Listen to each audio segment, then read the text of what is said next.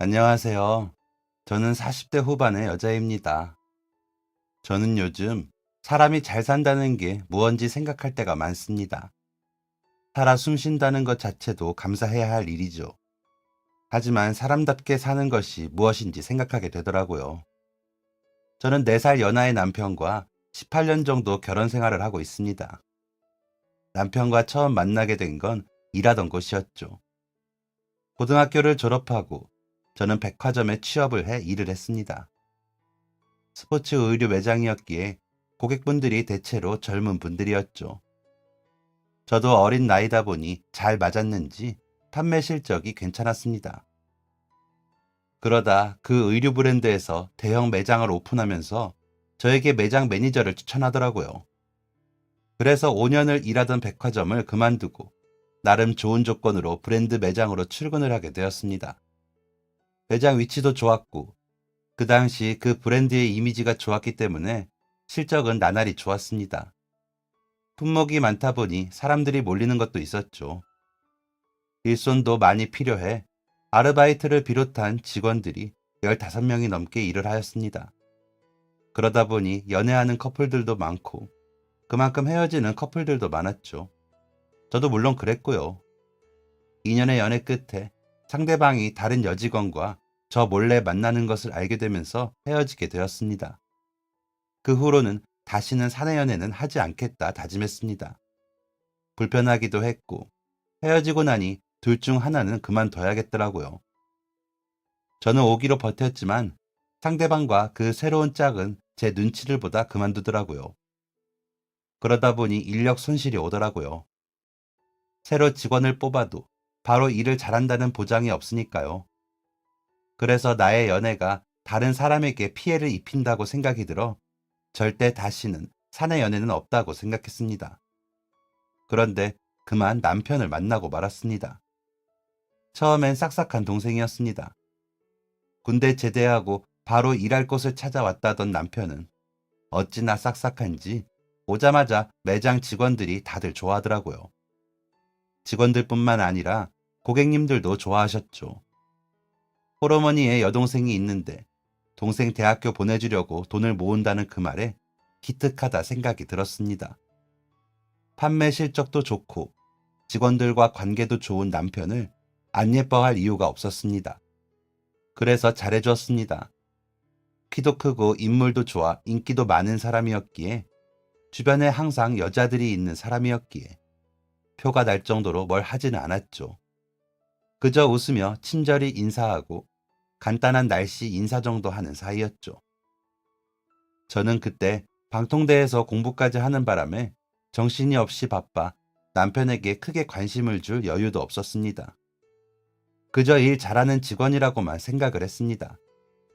사실 저는 아버지 사업이 어려워지며 집안 형편 때문에 꿈을 접고 일을 시작했던 거였거든요. 뒤늦게라도 그 꿈에 도전해보고 싶어 방통대를 다니기 시작했습니다. 그랬기에 저는 정말 잘해내고 싶었습니다. 자존심 문제도 있었죠. 전에 사귀던 남자친구가 바람이 난 여직원이 대학생이었거든요. 아르바이트 하러 왔다가 제 전 남자친구와 사귀게 된 거였거든요.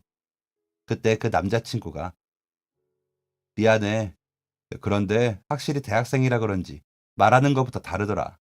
그래서 끌렸어. 라고 하는데 머리에 징을 대고 울리는 것처럼 울리더라고요. 그래서 이제라도 못 이룬 꿈을 이루자 했는데 일을 그만둘 수는 없었습니다. 제가 벌지 않으면 집안 생활비 반쪽이 없어지는 거라 감히 그럴 수가 없겠더라고요. 그래서 방통대에 지원해 공부를 시작했습니다. 일도 바빠 피곤한데 저녁에 가서 공부를 하려니 힘들더라고요. 혼자서 도저히 안 되는 부분들은 학습관에 가서 하는데도 어려웠습니다. 그래도 해야 했죠. 적어도 40살 전에만 이루면 남은 제 인생의 날들은 제가 바라던 대로 살 수 있다는 생각으로 열심히 했습니다. 그러다 보니 제법 성적도 나쁘지 않게 나오더군요. 보람이 있었습니다. 그렇게 제 나이가 29살이 되었습니다. 주변에서 다른 친구들은 30 되기 전에 결혼한다며 소개팅이나 선을 본다며 성하더라고요. 저보고는 그러다 노처녀 된다며 얼른 서두르라고 하고요. 저는 방통대 마치기 전까지는 절대 연애고 결혼이고 하지 않겠다고 했죠. 꼭 졸업하고 아카데미 가서 작가가 되겠다고 속으로 100번도 더 다짐을 했거든요. 열심히 일하고 열심히 공부했습니다. 그러다 겨울방학이 되고 그동안 참석하지 않았던 회식을 했는데 남편이 밖에서 담배를 피우면서 인상을 쓰고 있더라고요. 2년 동안 한 번도 본 적이 없는 모습이라 걱정이 되더군요. 그래서 건우 씨 무슨 일 있어? 건우 씨 같지 않다 라고 했더니 매니저님 이라며 표정이 더 안 좋아지더라고요. 정말 무슨 큰일이 난 것 같았습니다. 한참을 아무 말도 없이 있더니 매니저님 혹시 형제관계가 어떻게 되세요? 하기에 네? 저는 외동딸이에요 라고 했습니다. 그러자 남편은 아 그러시구나. 그러면 제 마음을 모르시겠어요 라더니 다시 담배를 꺼내더군요. 그래서 형제가 속썩여요? 들어가요 추운데 라고 들어가려는데 여동생이 임신을 했대요 라며 고개를 숙인 채 한숨을 쉬더라고요. 깜짝 놀랐습니다. 남편이 동생 학비 된다는 소리를 들었던 터라 더 놀랐죠. 게다가 이제 막 1학년을 마친 걸로 알고 있었는데 임신이라니. 어머, 그래서 결혼은 한대요?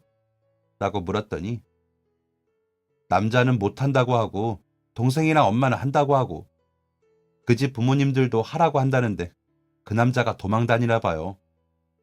라고 말하는 남편의 눈에선 금방이라도 눈물이 쏟아질 것 같았습니다. 저는 들어가려던 발길을 멈추고 남편 곁에서 남편의 이야기를 들어주었습니다. 너무 안타깝더라고요. 동생도 동생이지만 남편이 그동안 얼마나 애를 썼는지 알고 있었기에 더 그랬습니다. 어떤 여직원은 남편에 대해 건우 씨 진짜 아깝지 않아요? 인물 좋지, 매너 좋지, 성격 좋지, 다 좋은데 홀어머니의 여동생이라니. 게다가 효자의 좋은 오빠래요.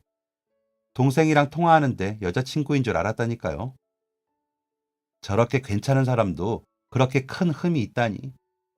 한번 밥이라도 먹자 하고 싶어도 못하겠어요. 괜히 불안해서. 라고 할 정도였습니다. 그런 동생이 갑자기 임신을 했다는 소리를 하는 남편은 너무 힘들어 보이더군요. 건우 씨, 그래도 방법은 생길 거야. 동생 말대로 아이 낳고 학교 마쳐도 되잖아. 라며 위로를 했습니다. 동생도 언젠간 알겠지. 지금이 얼마나 좋은 때인지. 동생 부럽다. 나한테 만약 건우 씨 같은 오빠 있었으면 난 정말 공부만 했을 텐데. 라고 하기도 했죠. 그러면서 서로의 사정을 좀 더 자세히 알게 되었습니다. 2년 동안 나누지 못한 말들을 그날 다 나눈 것 같았습니다. 그러면서 마음의 거리가 가까워졌을까요? 그 후로 남편은 좀 더 저에게 친근하게 다가오더라고요. 저도 그런 남편을 마치 동생에게 하듯 대하며 가까이 지냈고요. 회식이 아니어도 따로 밥을 먹으러 갈 만큼 가까워졌습니다. 하지만 방학이 끝나고는 짬이 안 나 매장에서만 인사하고 틈나는 대로 아는 체하며 지나고는 했습니다. 그런데 마음이 좀 허전하더라고요. 뭔가 빠진 것처럼 말이죠. 남편이 다른 여직원들과 이야기를 하거나 웃으면 마음속에 질투가 일기도 하고 남편이 밉기도 했습니다. 제가 남편을 좋아하고 있더라고요. 남편에게는 방통대 졸업 전까지는 절대 연애도 못하고 결혼도 못한다 하면서 혼자 고고한 척은 다 해놓았거든요. 그러면서 제가 먼저 남편을 좋아하고 있다는 사실이 부끄럽기도 하고 창피하기도 했습니다. 그런데 사람 마음이 마음대로 되지 않는 건지 혼자 그러고 있더라고요. 남편에게는 표도 내지 못하고 혼자서 끙끙 앓을 뿐이었습니다. 하지만 저에게는 그런 마음조차 사치였습니다. 그걸 제 스스로가 너무 잘 알고 있었기에 혼자서 어떻게든 마음을 정리하려고 노력했습니다. 그저 같이 일하는 좋은 동생으로 잘 포장하려고 했죠. 저 말고도 다른 사람들도 다들 그렇게 알고 있었습니다. 비슷하게 어려운 형편의 두 사람이 그저 사이좋게 지낸다고 말이죠. 그렇게 남편과 저는 동료로 남을 수밖에 없다고 생각이 들었습니다. 그런데 마지막 여름방학이 시작되며 더 이상 그렇게 될 수가 없어졌습니다. 여름 시즌 상품 할인 행사 때문에 정신이 없던 때라 또 다 같이 회식을 하고 집으로 가려는데 매니저님, 오늘 저 좀 보고 가세요. 라며 남편이 말을 걸더군요. 내심 기분이 좋았지만 괜히 주책 부리지 말자 싶어 진정하려고 애를 썼습니다. 왜? 무슨 일이야? 라고 물으니 남편은 웃더군요. 혹시나 심각한 일인가 싶어 다른 직원들과 헤어지고 남편과 따로 작은 맥주집으로 갔습니다. 맥주가 나오고 일상적인 대화를 주고받으며 있는데 매니저님, 이제 방학이라 시간 좀 나시죠? 라고 그러기에 네, 이제 2학기까지 하면 졸업이에요. 라고 답하며 웃었습니다. 그러자 남편이 신난다. 그럼 이제 한 학기만 더 참으면 저랑 데이트 해주실 거예요? 라며 더 크게 웃더라고요. 그런 남편에게 속마음이 들키기 싫어. 건우 씨가 왜 나랑 데이트를 해요? 나보다 더 예쁜 사람이랑 해야지. 라고 대답을 했습니다. 그러자 눈이 동그래진 남편은 제가 왜 다른 사람이랑 데이트를 해요? 라고 되묻더라고요. 건우 씨 좋다는 사람 많잖아요. 예쁘고 어리고 그런 여자랑 데이트 해야지. 라고 답을 하니 저는 매니저님이 좋아요. 매니저님이랑 데이트할 거예요. 다른 사람은 필요 없어요. 저는 매니저님이 좋거든요. 이라며 활짝 웃는데 저도 모르게 따라 웃어버렸습니다. 아이처럼 웃는 그 웃음에 뭐라고 해야 할지 모르겠더라고요. 제가 마음에 둔 사람이 제가 좋다는데 더 이상 무슨 말이 필요하겠나요? 그렇게 남편과 저는 연애를 시작했습니다. 남편은 항상 저를 감동시키는 사람이었습니다. 제 시험 기간에는 보온병에 감기에 좋은 차라던가 몸에 좋다는 약초 달인물을 담아와서는 마시게 해주더라고요. 목도리, 장갑, 양말까지 챙겨주고요. 소소하고 작은 감동들이 뭉쳐서 사람의 모습으로 태어난 것 같다는 생각을 했습니다. 제가 졸업을 했을 때는 새벽 꽃시장에 가서 직접 꽃목걸이를 만들어 목에 걸어주더라고요. 옛날 금메달 따면 걸었을 법한 크기로 만들어 온 그 목걸이를 목에 걸고 저는 눈물이 날 만큼 웃었습니다. 남편이 저에게 해준 것에 비하면 저는 웃는 것밖에 한 게 없는데 남편은 그거면 된다면서 좋아하더라고요. 남편네 집이 원래는 잘 살았다고 하더라고요. 아버님께서 사업을 하셨는데 그 규모가 작지 않았다고 하더라고요. 그러다가 남편 고3이 되던 해에 아버님께서 갑자기 쓰러지셨는데 못 일어나시고 돌아가셨다고 하더라고요.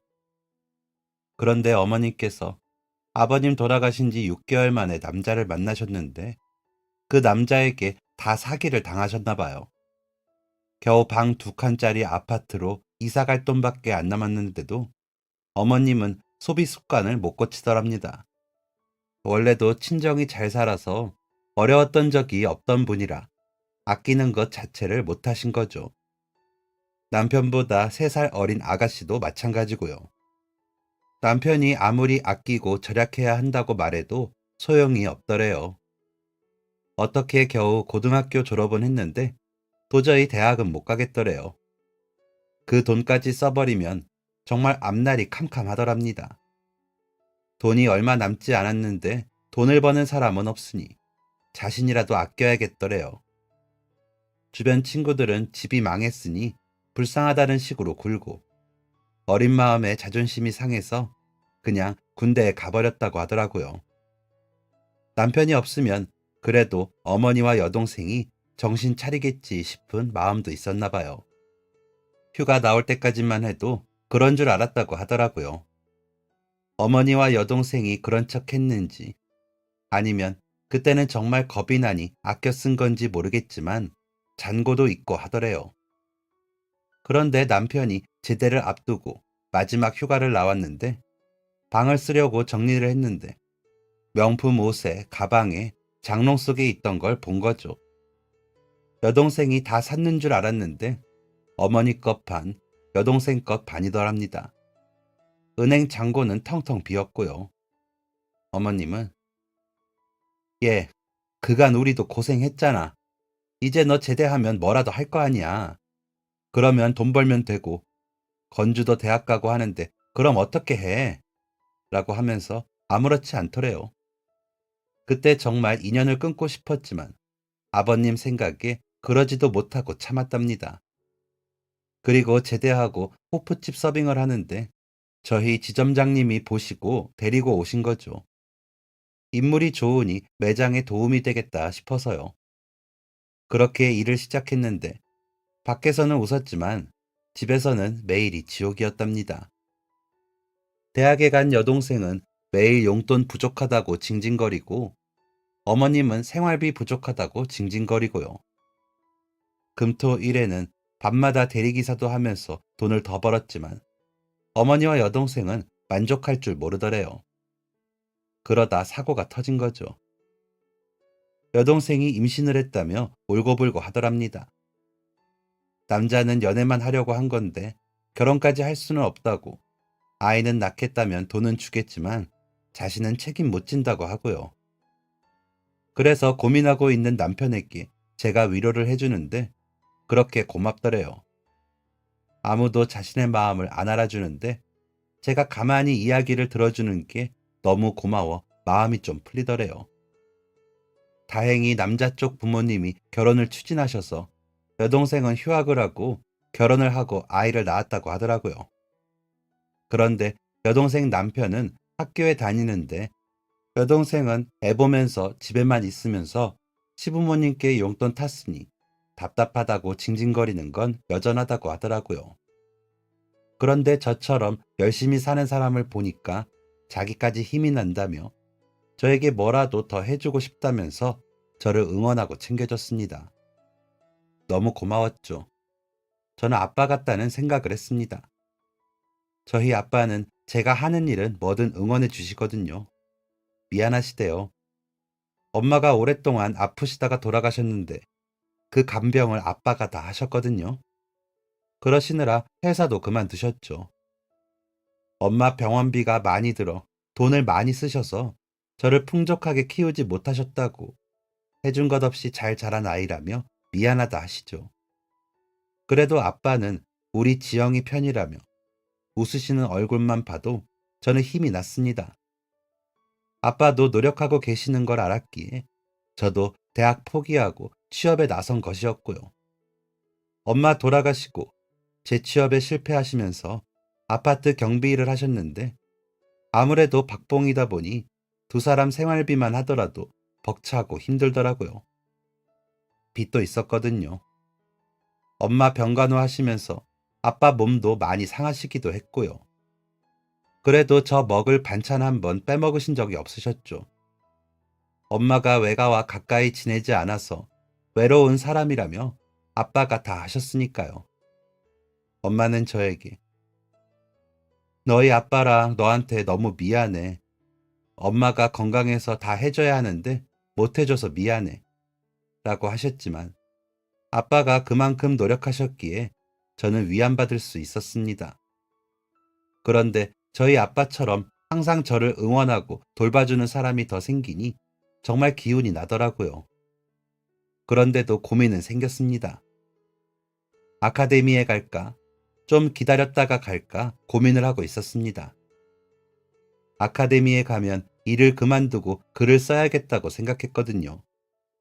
그런 제 고민을 남편은 알았는지 결혼하자고 하더라고요. 저는 너무 좋았습니다. 남편과 함께 할 수 있다면 더 잘할 수 있을 것 같아서요. 그런데 서로 사정을 뻔히 아는데 무리하지 말자는 생각이 들더라고요. 그래서 남편에게 우리끼리 사진만 찍고 식은 올리지 말자. 자기 친척도 없다며. 우리 집도 그래. 그냥 혼인신고하고 그런데 들 돈으로 좀 좋은 집 구하자고 했습니다. 남편은 단번에 좋다고 하더군요. 그렇게 저희는 결혼했습니다. 어머님과 아가씨는 예단을 못 받아서 서운하다 했지만 남편이 엄마, 그럼 우리 집 사줄 거야? 집도 안 주면서 무슨 예단이야. 그나마 생활비라도 받아 쓰고 싶으면 그냥 축하나 해. 라며 입도 못 열게 하더라고요. 눈만 내리깔고 입만 삐죽거렸죠. 그런 어머님과 아가씨 때문에 저희도 싸우게 되더라고요. 아무래도 아빠와 너무 비교가 되니까요. 저희 아빠는 제가 결혼한다고 하니 이제 아빠가 마음이 놓인다. 너무 좋은 사람 같아. 아빠가 우리 딸 시집가면 주려고 그동안 받은 생활비 모은 거야. 라며 통장을 주셨거든요. 제가 드린 생활비에서 반 정도 되는 금액이 꼬박꼬박 모여 있더라고요. 아빠가 우리 딸이 주는 돈 다 저축하고 싶었는데 미안해. 라면서 웃으시는데 눈물이 나더라고요. 양가 식당에 모여 단촐하게 식사하는 자리에서도 어머니와 아가씨는 식당 수준이 어쩌니 저쩌니 하기에 바빴습니다.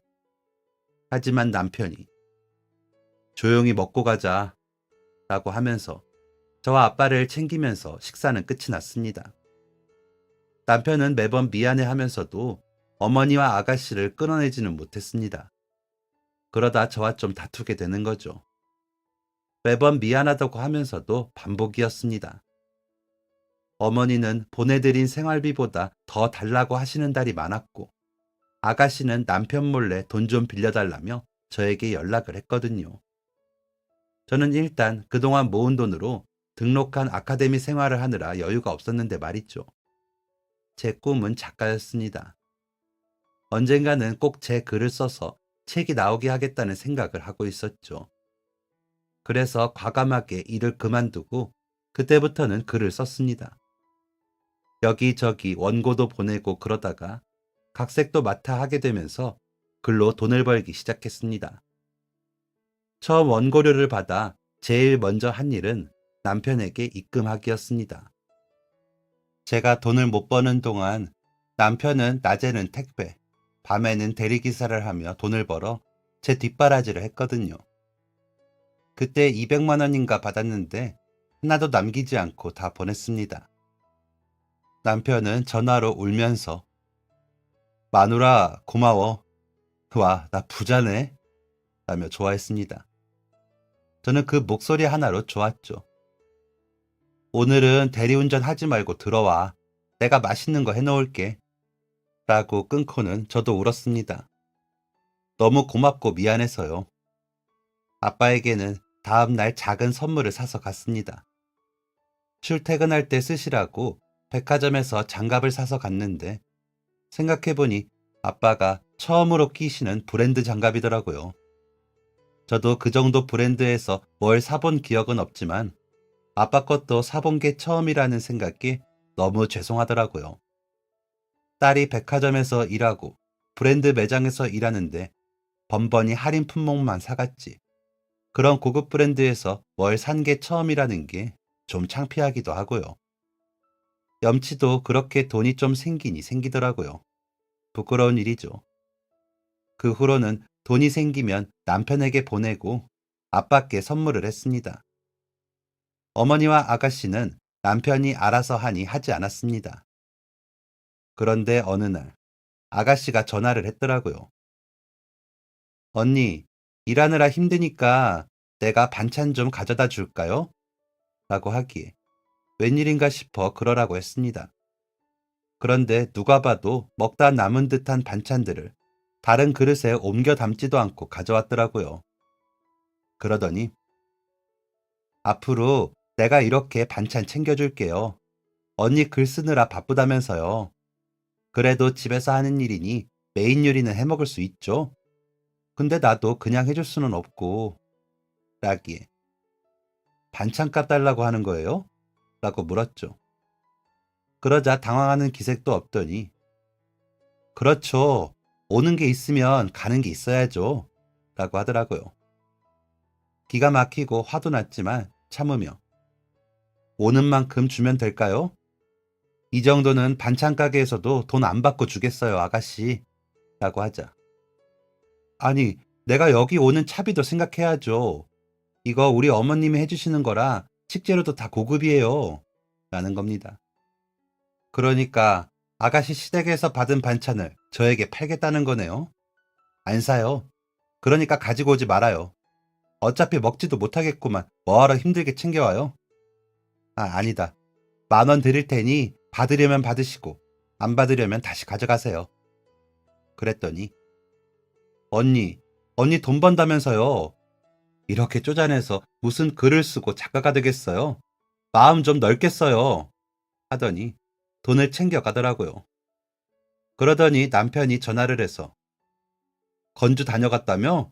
반찬 챙겨줬는데도 언니가 안 반기더라며 서운해하더라. 라고 하기에 자기야 와서 봐. 반찬을 어떻게 가져왔는지. 라고 하고는 전화를 끊었습니다. 남편은 퇴근해서 보고는 한숨을 쉬더니 미안해 라고만 하고요. 저는 그런 남편을 보며 또 부글부글 속이 끓어 인상이 안 좋죠.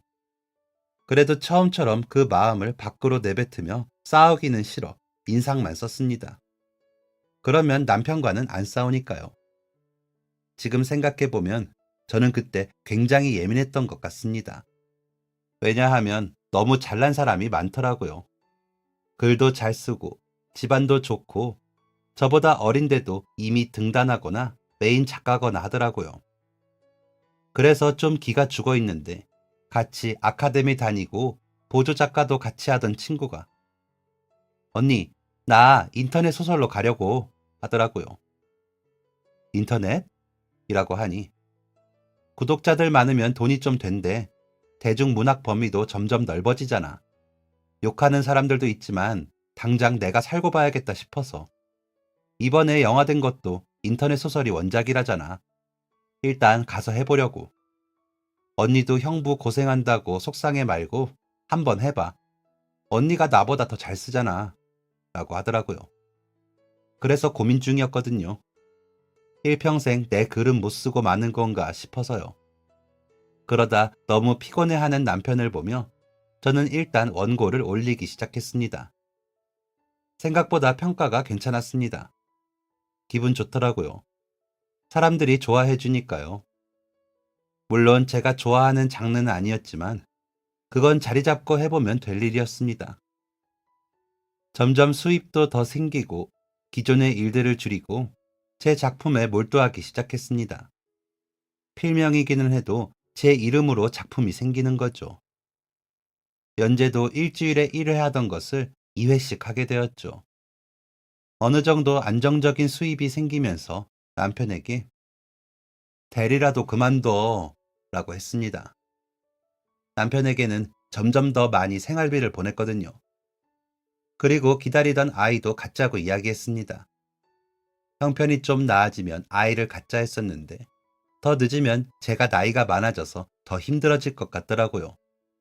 남편은 내가 다 해주고 싶었는데 미안해 라며 울먹거리더라고요. 당신 아니면 내가 이 일을 어떻게 해. 당신이 다 해준 거야. 그러니까 당신도 이제 좀 편해지자. 예쁜 아이 만나려면 몸 먼저 만들어야 해. 라고 하면서 대리운전을 그만두게 했습니다. 남편은 저녁에 집에 들어와 밥을 먹으면서 와, 퇴근하고 또 출근 안 하니까 너무 좋다. 진짜 나 이래도 돼? 라고 하기에 그래도 돼. 나도 당신이랑 있으니까 좋다. 글도 더 잘 써질 것 같아. 라며 웃었습니다. 저희 아버지는 용돈 보내드리고 어머니께는 생활비 보내드리고 저희 생활비하고도 저축을 할 수 있다는 게 너무 감사했습니다. 그런데 제게 그런 행복은 그리 오래가지 않더라고요. 남편이 아침에 일어나 출근 준비를 하기에 식사 준비를 하며 나가는데 오늘따라 몸이 무겁다. 왜 이러지? 하더라고요. 그래서 다음 휴일에 병원 좀 가자. 안 그래도 당신 너무 피곤해 보여서 걱정이라고 말을 하는데 쿵 소리가 나더군요. 돌아보니 남편이 쓰러져 있었습니다. 코피까지 흘리는데 너무 피가 나 저는 놀라 달려갔지만 남편은 의식이 없었습니다. 아무리 불러도 일어나지 못하는 남편을 보고 놀라 울면서 119에 신고를 했습니다. 남편의 병명은 뇌출혈이었습니다. 극심한 과로로 무리를 해 젊은 남성임에도 쓰러진 것 같다고 하시더군요. 의식이 돌아와 봐야 알겠지만 전처럼 활동할 수 있을지는 모르겠다는 의사 선생님 말씀에 저는 절규할 수밖에 없었습니다. 제 연락을 받고 오신 어머님께서는 젊은 애가 그거 좀 이랬다고 쓰러지면 어쩌니? 아휴, 대대로 가족력인 건지. 얘, 건우 쓰러졌다고 내 생활비 안 보낼 생각은 마라. 그래도 내가 건우 엄마잖니. 라고 하는데 속이 뒤집히더라고요. 그래서 생활비 걱정은 마세요. 보내드릴게요. 대신 병원에는 다시는 오지 마세요. 건우 씨 깨어나면 연락드릴게요. 건우 씨한테 이런 소리 들릴까봐 걱정은 안 되세요? 라고 해버렸습니다. 그러자 얘, 내가 그 돈 받아 쓴다고 온갖 서러움은 다 받는데 그런 말도 못하니? 들리면 어쩔 건데 억울하면 일어나서 쫓아오라고 해. 라며 가버리더라고요. 아빠는 제가 무리를 할까 걱정이 되셨는지 출근하시는 길이나 퇴근하시는 길에 들러 잠깐 쉬어. 아빠가 황서방 곁에 있을게. 나가서 바람 좀 쐬고 와. 라며 교대해 주셨습니다. 그 덕에 잠깐 나가 걷다 들어오고는 했죠. 일을 쉴 수 없으니 병원에 노트북 가지고 가 남편 곁에서 일을 했거든요. 그렇게 한 바퀴 돌고 오면 아빠는 남편 곁에서 이런저런 이야기를 하시고 계셨습니다. 마치 남편이 듣고 답하고 있는 것처럼요. 그 모습에 제가 가까이 가 자기야 대답 좀 해줘라. 우리 아빠 혼자만 이야기하니까 재미없잖아. 라고 했더니 아빠가 웃으시며 황서방은 다 듣고 있어. 사람 청각이 가장 못 쉬고 활동한다더라. 대답은 못해도 다 듣고 있지. 내 얘기가 재미가 없어도 도망도 못 가고 듣느라 힘들게 다. 그래도 자꾸 이야기하면 뇌 활동이 좋아져서 대답하며 일어날 거야. 라고 하시더라고요. 그래서 저도 일하며 남편 몸을 닦으며 이야기를 했습니다. 의사 선생님이 그래도 당신 다른 몸 상태는 다 좋대. 그러니까 엄살 그만 부리고 얼른 일어나. 그동안 못 쉬고 일한 거 한꺼번에 몰아쉬느라 그래? 미안해. 내가 자기 힘든 거 알면서 너무 고생시켰지? 이제 내가 다 할게. 나 수익금 더 늘었어. 라며 말을 걸었습니다. 아가씨는 가끔 반찬이라며 싸우더라고요. 물론 무상은 아니었습니다. 언니, 엄마한테 생활비 계속 보낸다면서요? 나도 좀 도와줘요. 시부모한테 용돈 탔으면서 내가 얼마나 눈치가 보이겠어요. 언니도 참 인색해요. 언니가 그러니까 오빠가 무리한 거겠죠.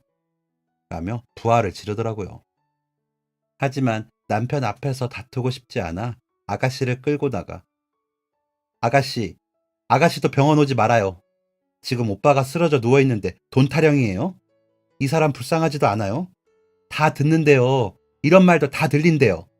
그러니까 제발 오지 말아요. 반찬은 도로 가져가요. 라며 쫓아보냈습니다. 그렇게 한 달, 두 달을 남편은 일어나지 않았습니다. 몸이 점점 약해지는 게 보이더라고요. 이러다 엄마처럼 제 곁을 떠날까봐 겁이 났지만 저는 매일 웃으며 남편에게 말을 했습니다. 글이 잘 안 써지면 자기야 일어나서 소재 좀 줘봐. 자기랑 더 놀고 싶어서 내가 글이 안 써지네. 라며 투정을 하기도 했죠. 그러면 신기하게도 글이 써지더라고요. 마치 남편이 알려주는 것처럼요. 수익금은 점점 더 들어왔습니다. 다행이었죠. 하지만 제게 불행은 더 찾아왔습니다. 아빠가 밤근무를 마치고 집으로 가시다 음주운전 차량에 사고를 당하셨거든요. 아빠 사고 소식을 듣고 급한 대로 아가씨에게 전화를 해 아가씨, 미안한데 저희 아빠가 사고를 당하셔서요. 와서 오빠 좀 잠깐 봐주면 안 돼요? 라고 했더니 언니, 병원 오지 말라고 할 때는 그 정도는 감당하려고 그런 거 아니에요? 아유, 난 몰라요. 지금 시간이 몇 시인데 나 술 마셨어요. 라며 끊어버리더군요. 어머님은 아예 전화도 안 받으시고요. 제가 동동거리자 옆 환자분 보호자께서 세댁 얼른 다녀와요. 내가 다 안쓰럽네. 걱정 말고 다녀와요. 별일 없을 거야. 이럴 땐 아버지한테 가야지. 라고 해주셔서 아버지께 갈 수 있었습니다. 남편에게는 자기야 미안해. 그런데 아빠가 얼른 다녀올게. 라고 갔습니다. 여차하면 아버지와 남편을 한 병실에 입원시키고 제가 간병할 생각이었습니다. 그런데 그럴 필요가 없더라고요. 아버지가 응급실에서 돌아가셨으니까요. 저는 슬픈 와중에도 남편 걱정에 다시 아가씨에게 전화를 했습니다. 아가씨, 저희 아버지가 돌아가셔서 그런데 3일장 치르는 동안만 일하는데 말이 끝나기도 전에 언니, 나도 사정이 있어요. 시부모님 눈치 보면서 사는 게 얼마나 힘든지 알아요? 나라고 뭐 이러고 싶어서 이러겠어요? 아니면 한 200만 원 정도 줘요. 그럼 또 모르죠. 라는데 전화를 끊어버렸습니다. 더 이상 듣고 있기가 힘들더라고요. 그래서 간호사실에 전화를 해 상의를 드렸더니 간병인을 연결해 주셔서 저는 아빠 장례를 치를 수 있었습니다. 장례 손님이라고 해봤자 같이 경비일 하시던 아저씨들과 아파트 관리실 사람들 뿐이라 너무 외롭고 쓸쓸한 장례를 치렀습니다. 남편이 같이 할 수 있었다면 얼마나 좋았을까 생각하며 장례를 치렀습니다. 그래도 아빠 장례 용품들은 제일 좋은 것으로 해드렸습니다. 겨우 그런 것만 해드릴 수밖에 없는 게 너무 슬프더라고요. 경비일 그만두시라고 생활비 보내드린다 해도 내가 아직 사지육신 멀쩡한데 왜 너한테 생활비를 받아? 아빠는 됐어. 너나 더 좋은 거 먹고 일해. 라며 웃으시던 아빠의 얼굴이 떠올라 눈물이 정말 폭포처럼 흐르더라고요. 어머니와 아가씨는 생색을 내려왔지만 말을 섞고 싶지 않아 대충 맞이하고 보냈습니다. 그 자리에서도 남편에게 가본다거나 남편을 들여다본다는 말은 하지도 않더군요. 조이금으로는 둘 다 5만 원씩 했더라고요. 제가 어머니께 생활비를 그렇게 보냈는데 조이금을 그 정도 한 걸 보자니 기가 찼습니다. 그저 저런 인간들이구나 하며 삭혔습니다. 그렇게 소가리를 하며 장례를 마치고 남편의 병실로 돌아갔는데 남편 얼굴을 보니 쌓였던 서름이 확 터지더라고요. 자기야, 얼마나 잤는지 알아? 벌써 4개월을 잤어. 아빠는 잘 보내드렸어. 그런데 자기 없으니까 잘한 건지 모르겠어. 나 이제 아빠도 없는데 이렇게 혼자 둘 거야? 얼른 일어나라 제발. 자기가 일어나서 나보고 수고했다고도 해주고 아빠 보내드린 곳에 가서 장례 때 못 와서 죄송하다고도 해줘. 응? 얼른 일어나 이 잠꾸러기야. 일어나면 이제 내가 자기 몸에 좋은 거 다 챙기고 먹여 살릴게. 나 진짜 이제 그럴 능력 돼. 그러니까 얼른 일어나. 라며 속삭이면서 몇 번을 목이 메어 못 참고 울어버렸습니다. 그런 저에게 옆 환자 보호자분이 그 집 시어머니랑 시누이는 정말 와보지도 않더라. 나는 혹시나 와서 들여다볼까 했지. 어쩜 섹시한테만 맡겨놓고 그래. 게다가 상당한 사람한테. 남편은 어떤 사람인지 모르겠는데 시집 식구들이 영 못됐어. 라고 하시더라고요. 그런 보호자님께 그저 웃어 보이고는 남편에게 진짜 아가씨랑 어머니는 돈밖에 모르나 봐. 어쩌면 사람들이 그럴까? 자기 얼른 일어나서 혼내줘. 라며 이르는 척도 했습니다. 그러면서 제 간절한 마음을 실어 남편에게 이야기를 더 많이 했습니다. 그런데 드디어 그 마음이 남편에게 닿았나 봅니다. 쓰러진 지 5개월 만에 남편에게서 반응이 나타났습니다. 그러더니 눈을 뜨고 저를 알아보더라고요. 그러더니 손짓을 하고 딛고 앉을 수 있게 되더니 걷고 밥을 먹었습니다. 한 번에 이루어지진 않았죠. 깨어나고도 3개월이 걸려서야 목발을 짚고 병원 복도를 오고 갈 수 있게 되었으니까요. 그래도 좋았습니다. 저와 눈을 맞추고 이야기를 나눌 수 있으니까요. 다른 건 다 필요 없었죠. 시댁에는 일부러 연락하지 않았습니다. 웬일인지 남편도 원하지 않더군요. 의사 선생님께서는 기적이라고 하셨습니다. 뇌 기능에 문제없이 이렇게 일어난 자체가 기적 자체라고요. 보호자 아주머님께서는 친정아버지가 보내주셨나 보다. 돌아가서 딸 호강시켜주라고. 새댁이 혼자 고생 많이 했어. 알지? 라고 해주시더라고요. 남편은 아빠 이야기에 말없이 눈물만 흘리더니 퇴원 후 가장 먼저 아빠 납골당에 갔습니다. 가서는 말도 못하고 울면서 죄송합니다. 죄송합니다 장인어른 만 하고요. 그리고도 남은 재활을 근 1년 동안 열심히 받았습니다. 그제야 남편은 전처럼, 아니 전보다 더 건강해졌습니다. 재활하는 동안에도 남편은 전보다 더 저를 챙겼습니다. 제가 고생한 만큼 보답을 하고 싶다고요. 우리 능력 있고 착한 섹시 덕에 내가 살았는데 잘해야지. 나 같은 게 이런 훌륭한 섹시 만난 건 진짜 행운이야. 라고 하더라고요. 덕분에 저는 글도 더 잘 되고 제 작품이 웹 드라마로 제작이 되었습니다. 그러면서 제 다른 작품들도 인기가 많아져 광고도 들어와 수익은 전에 비해 상상도 할 수 없을 만큼 커졌습니다. 저희 시댁에는 생활비 계속 보내주냐고요? 아니요. 아버지 돌아가시고는 전화번호 차단하고 연락 딱 끊었죠. 그랬더니 병원으로 찾아온 시어머니는 저와 옆 보호자님이 인간도 아니라고 어딜 찾아오냐고 하자 다시는 오지 않았고요. 그리고 남편이 몸이 정상으로 돌아와 재활을 더 안 해도 된다는 말을 듣자마자 찾아간 곳이 어머님과 아가씨 집이었습니다. 아빠 돌아가시고 집도 이사를 하느라 찾아오지도 못했고 전화도 차단을 해놨으니 통화도 못했겠죠. 아빠 장례 때 했던 걸 생각하면 더한 것도 하고 싶은데 남편을 봐서 참았습니다. 남편은 제 소중한 사람이니까요. 그런데 남편이 벼르고 있었는지 어머니 집에 도착하자마자 당신이 그러고도 내 엄마고 사람이야? 내가 그러고 있으면 안타까운 척이라도 해야 할 것 아니야. 내가 몰랐을 것 같아? 꿈꾸듯이 다 들리더라. 이 사람 없을 때 뭐라고? 차라리 죽지 그랬냐고? 그러면 보험금이라도 나온다고? 이제 당신은 내 엄마 아니야. 그동안 그만큼 보내준 생활비면 당신이 나 낳아준 값 다 치렀어. 다시는 우리 찾지 말고 돈 달라고 하지 마. 지금처럼 연락 없이 살아. 라며 다 뒤집어 엎어버리더라고요. 그러고 나서 아가씨네 가서는 다짜고짜 아가씨 뺨을 때리더니 인간 같지도 않은 게 사람처럼 사는 척 하느라 애쓰지 마라. 라며 노려보더라고요. 아가씨는 놀라서 뺨을 부여잡고 오빠!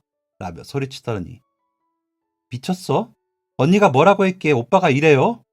라며 제게 소리를 치더라고요. 그러자 남편은 내가 들었어. 진짜 귀는 들리더라. 엄마랑 너랑 죽을 거면 빨리 죽으라고. 이 사람한테 보험금 뜯어내자고 하는 거 다 들었어. 다시는 나한테 오빠라고 하지 마. 그동안 뜯긴 돈은 지금 이 따귀 값인 줄 알아라. 라며 따귀를 한 대 더 올려붙이더라고요. 정말 놀라운 건 어머니와 아가씨의 반응이 똑같더라고요. 왜 정신 차리고 연락을 안 했어?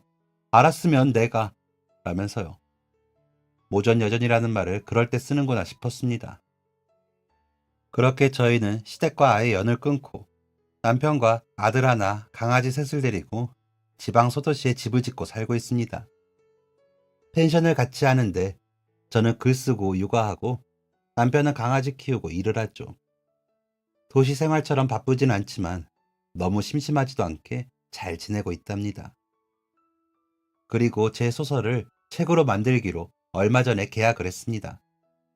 책이 좀 잘 팔렸으면 좋겠는데 모르겠습니다. 얼마 전에는 아가씨 남편이 사업자금 좀 빌려달라고 전화를 하면서 시부모도 내팽개치고 사는 작가 부부라고 글 올린다며 협박을 하더랍니다. 그래서 남편이 제발 그래라. 그래야 나도 너희들이 어떻게 우리 벗겨먹었는지 알릴 것 아니야. 라고 했다고 하더라고요. 그랬더니 전화를 끊고는 연락이 없네요. 지금까지 남편의 가족 때문에 힘들었지만 또 남편이 아니었으면 제가 지금 여기까지 올 수 없었을 겁니다. 그래서 저는 지금 아무렴 다 좋습니다. 아이 잘 크고 남편 건강하니 행복합니다. 일도 잘 풀리고 매일 예쁜 풍경 보며 눈을 뜨는 생활이 정말 좋거든요. 이렇게 나이 들어 호호 할머니가 되어도 좋을 것 같다는 생각을 합니다. 남편은 저보고 자기가 하루만 더 살겠다고 하더라고요. 그러니 걱정 말고 늙으라고요. 항상 너무 고마운 사람입니다. 그래서 정말 걱정 않고 나이 들어 보려고요. 나중에 엄마 아빠 만나면 덕분에 잘 살다 왔다고 할 수 있게 진짜 행복하게 살다가 가렵니다. 여러분들도 매일 행복하시길 바라고요. 정신없이 제 이야기를 했는데 속이 좀 후련하네요. 감사합니다. 행복하세요. 지금까지 사연 들어주셔서 감사합니다. 사연이 재밌으셨다면 구독과 좋아요를 눌러주세요. 감사합니다. 안녕히 계세요.